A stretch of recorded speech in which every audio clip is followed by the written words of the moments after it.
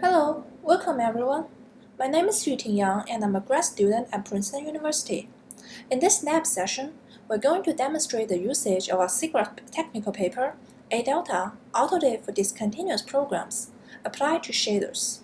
This is collaboration with Connelly Barnes and Andrew Adams from Adobe Research, and my advisor Adam Finkelstein from Princeton. Before diving into live coding, I'll first give a brief introduction to this framework. Over the last decade, automatic differentiation, or AD, has greatly impacted optimization-based applications such as deep learning and inverse rendering. Programmers can conveniently acquire the gradients to their forward programs using frameworks such as PyTorch, TensorFlow, or JAX. These AD methods ignore program discontinuities, such as the if-else branching, and instead treat them as continuous. However, many programs, such as the shader programs our application focuses on, intrinsically rely on discontinuities. For example, here we have a circle shader program that's capable of drawing a circle for something like the image on the right. Suppose we want to match the target image on the right, what parameters like the circle position and radius should we use for the program? Because we have a discontinuous if-else branch to test whether a pixel is inside or outside the circle, using AD will never converge because it will give us zero gradient for these parameters. One possibility is to use finite difference, but unlike AD, which is O1, finite difference scales linearly as the number of parameters grows. For example, here we write a shader to reconstruct this TensorFlow logo that has about 40 parameters. Clearly, using finite difference is very inefficient, and we won't show them here. Our method, on the other hand, accurately differentiates the discontinuities and allows efficient optimizations that easily finds the optimal parameters that best match the target image. With the optimized parameters and the shader program representation, we could easily modify and animate the shader. For example, here, we could move the camera to show the geometry when the letters T and F are recognizable. The optimization is achieved through our proposed framework A-Delta that extends reverse mode AD with gradient rules that can backpropagate gradients even through discontinuities. It is a fully automatic compiler framework and has low approximation error both theoretically and via quantitative error metric. We can compare with other methods like AD, finite difference, and tag, which is another state-of-the-art framework for differentiating discontinuities. Among them, AD is not able to sample discontinuities, and finite difference will be inefficient as its complexity scales to the number of parameters. In terms of expressiveness, while our math rule is general, our expressiveness is limited by the DSL implementation, and it handles a smaller set of programs than AD and finite difference. On the other hand, tag's math rule is even less general, and its DSL is also less expressible. I will not go into the math details for our framework. Please refer to our technical paper and presentation for details. In this demo session, we will focus on using two live coding examples to demonstrate how our framework can be used on shader applications. The QR code here contains all the files from our repository, as well as a list of shaders we'll be using today. You're welcome to download them and try for yourself.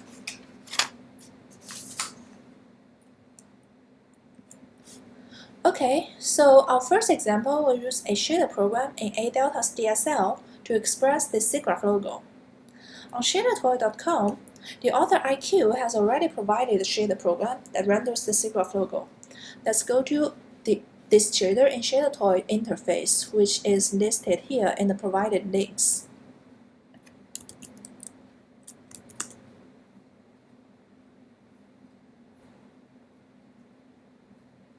As we can see, it is not a perfect reconstruction of the original SIGGRAPH logo. For example, the color is off. And while it has this interesting displacement mapping, it doesn't match the lighting effect of the original logo. Additionally, in this geometry, we can always see the interior surface after the geometry subtraction, but in the original logo, the interior surface is invisible. To better reconstruct the logo, Our implementation made several modifications. We modeled the geometry such that the interior is always invisible, and the lightings are modeled as simple ambient and diffuse on each half. It's obviously difficult for humans to figure out the parameters configuration that could best reconstruct this SIGGRAPH logo. That's why our A-delta framework comes to use. We write the shader program in our DSL and automatically get the best parameterization through optimization. To save time, I will not code in this shader from scratch. The shader written in our DSL can be found in this directory you just downloaded. The comments in the files are hopefully self-explanatory. Let's look at it briefly. So it's render SIGGRAPH.py. So for example, here at the beginning of the shader, we are giving some semantically meaningful names to each of the input parameters. This can help to make the output program to be more readable. And so for example, here, we overload a bunch of Python operators such as addition and multiplication, so that coding in our DSL will be more intuitive. And this part simply computes the camera angles for the scene. And this is the sign distance field that's representing either the red or blue half of the geometry. And this is the sign distance field that combines both halves. We will call the compiler's interface remarching wrapper to construct a remarching loop. And the last few parts of the shader is just a shading on the geometry. Okay, so with the shader program in hand, I'll go to the Jupyter notebook and demonstrate how to run our framework. So it's this one, live coding example SIGGRAPH.ip1mb. Our framework also supports command line arguments, but here for simplicity, we'll create an argument object with default settings and directly modify them in the notebook. Next, we can specify the backend and destination directory and set the default arguments. And now we are ready to wait for the optimization result. We are using the Halide backend, so the optimization is relatively fast. Here, we'll optimize from 3 different random starting points. This gives us a rough idea on how often the optimization is converging. Halide is usually the most efficient kernel, but it has a non-negligible overhead for compiling the kernels. So, if you didn't install Halide, or don't want to wait for compilation, you could also use TensorFlow or PyTorch, but their optimization will be much slower. So each number reported here is the L2 loss for the converged results to each one of the random initializations. Here we are optimizing using 3 random initializations, and this helps us to get a rough idea on how frequently they converge. Okay, so now it's done. Let's check the initialization versus converged result.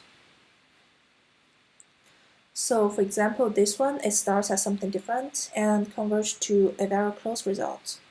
So is the second initialization as well as the last one.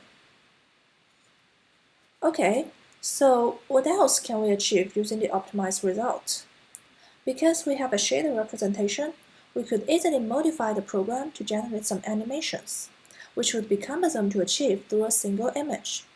In fact, our compiler generates the shader program with optimized parameters to GLSL code, such that we could interactively animate the shader through interfaces such as shadertoy.com. If we go to the destination directory, we could find a file which is named as compilerproblem.frag, and this is our generated GLSL code. Let's copy and paste this file to shadertoy. Let's create a new shader.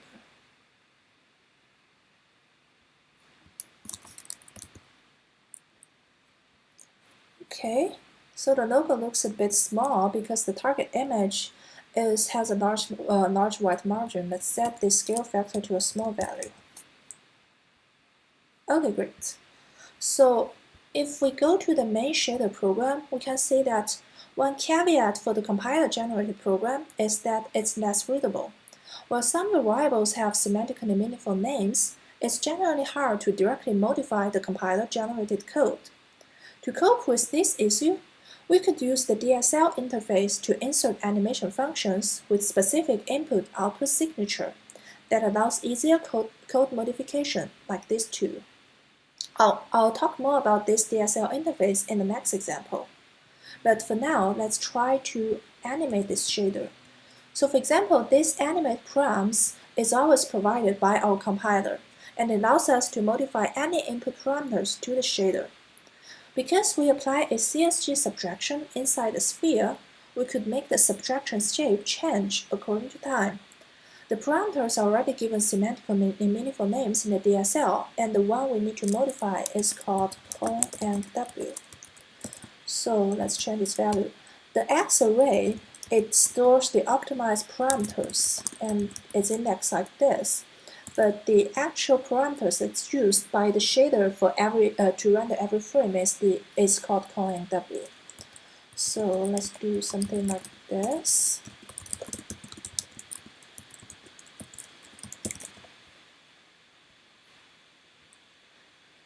As we can see, the subtraction shape is changing according to time.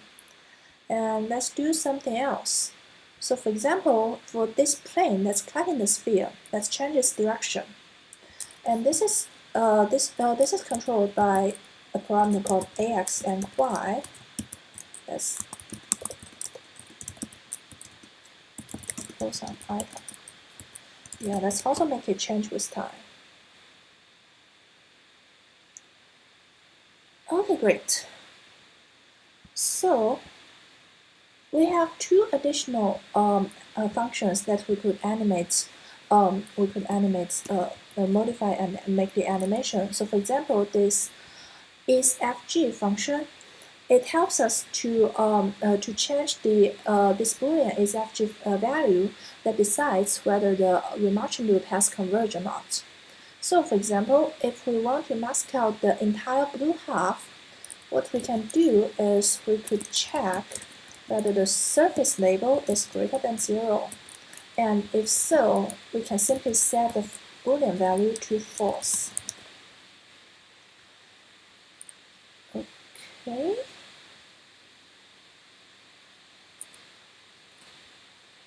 Okay, I copied the wrong variable. Okay, great. So the reason is that when authoring the sign distance field, we give a surface label of 0 to the red half and a surface label of 1 to the blue half. So the next interface, animate remarching, it allows us to change the surface normals of the final geometry. And what we can do is we could, for example, find some 3D Perlin noise and add texture mapping to the surface normal. So let's go to this Perlin noise shader authored by Little Bird and copy and paste the helper function from there. Okay.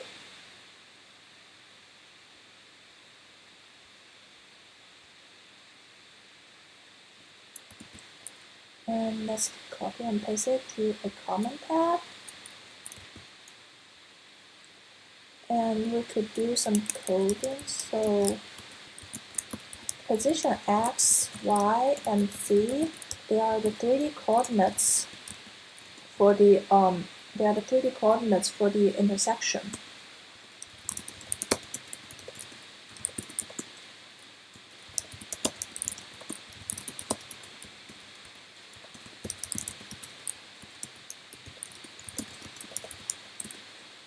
So let's compute a 3D vector based on the Perlin noise.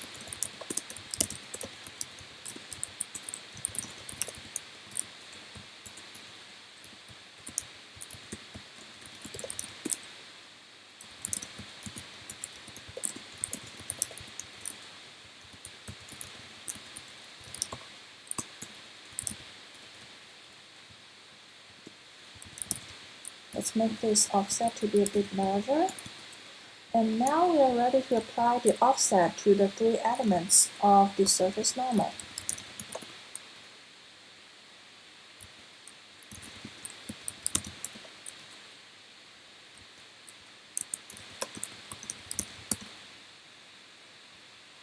Okay, great.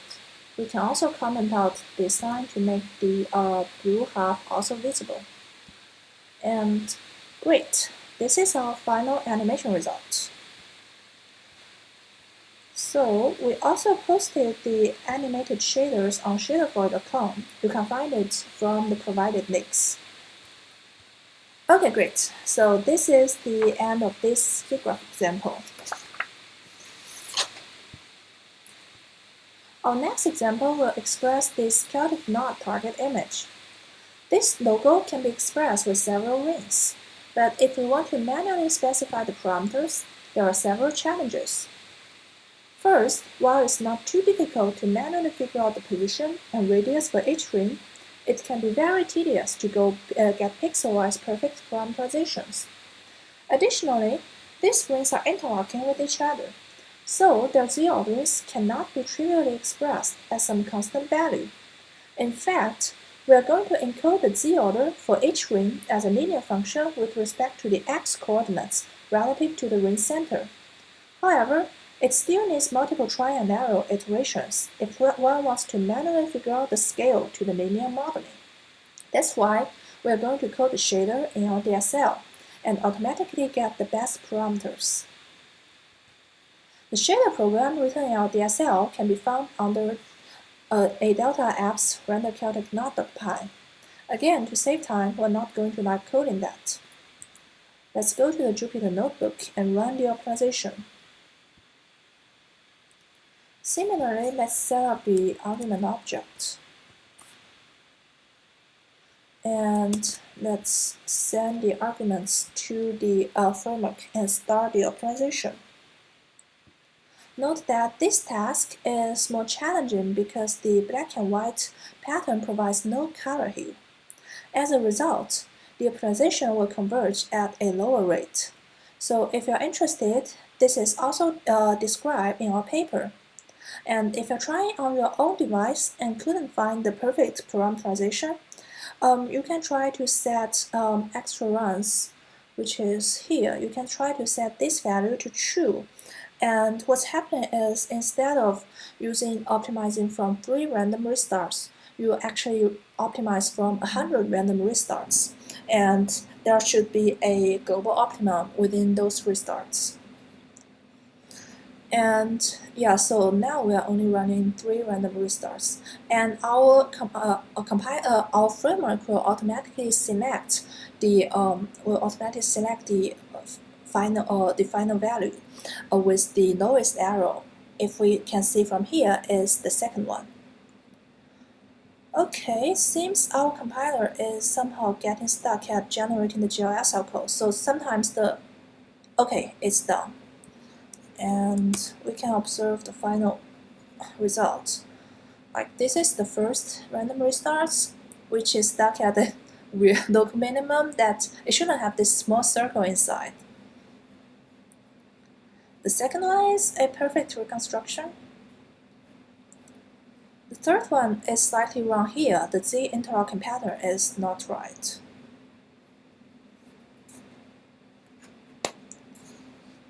So similar to the SIGGRAPH example, the compiler already inserts some empty functions in the GLSL code to allow easy modification to shade the parameter values. But what if we need more freedom in code modification? For example, we may want to color the rings with some rainbow palette, which requires modifying intermediate variables in the shader. The naive way is to modify the hard-to-read compiler-generated shader function, but it can be tedious. To avoid this manual work, we provide another interface called Animate, which allows users to insert empty functions in GLSL output that modifies intermediate variables. So what we can do is let's go to the shader written in our DSL, which is called render-celtic-knot.py. And let's copy and paste this DSL shader to a new file so we can make the modifications. Let's call it render-celtic-knot2.py. And we can also change the shader names to Celtic-knot2. And so, for example, if we want to rotate the UV coordinates, we can call the animate interface to do that. So for example, we can say UV equal to animate. Let's give it a semantically meaningful name that will show up in the GLSL code. Animate UV and ls. So this here we are providing the list of variables that we wish to modify later. And var simply gives each variable a semantically meaningful name. So here, in.ls, they correspond to GLSL in-out keyword. So these are parameters that can both read and write. And similarly, we could try to add an interface that allows us to animate the ring color later. So let's comment out this line and say ring.fillColor equal to animate. Let's give it a unique name for each ring color. And what we can say, so we want to modify the fill color later. So let's put it here.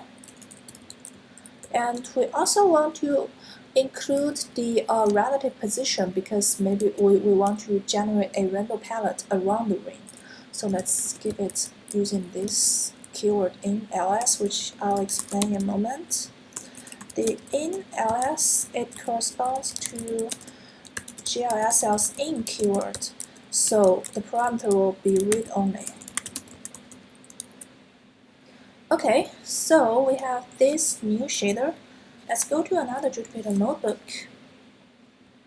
And because we've already done the optimization, so we don't have to do the optimization again. The only thing we need is to use the new shader to generate the GLSL code with the animation interfaces that we just specified.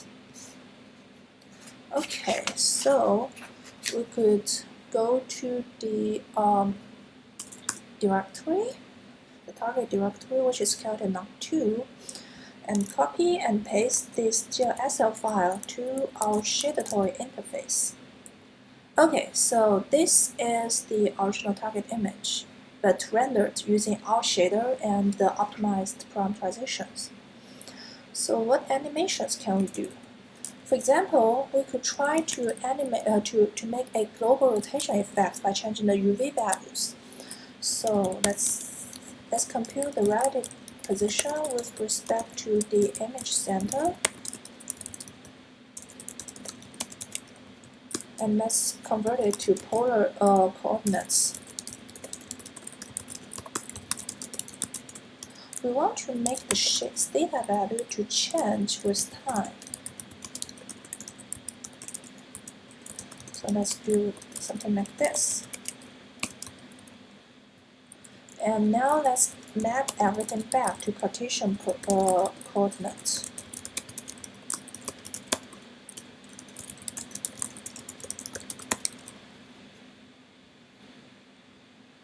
Okay, great. So now we have a rotating chaotic knot. And for the colors of each ring, what we can do is we can find a color palette shader that's authored by shader toy author IQ and copy and paste their function to use. So let's copy and paste this function.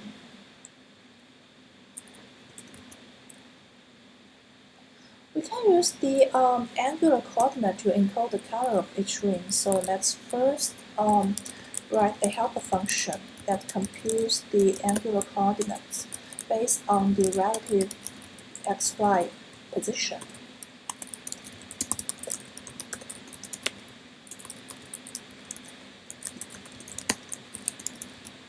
Because we also want a self-rotation effect, so we make this t value to change with time. And now we can say t is t relative position 8x, position 8y. And let's set the speed to 0.5. And fill color will be pal t. The palette function also requires some additional parameters to specify the color. Let's directly copy and paste from the original shader. Okay.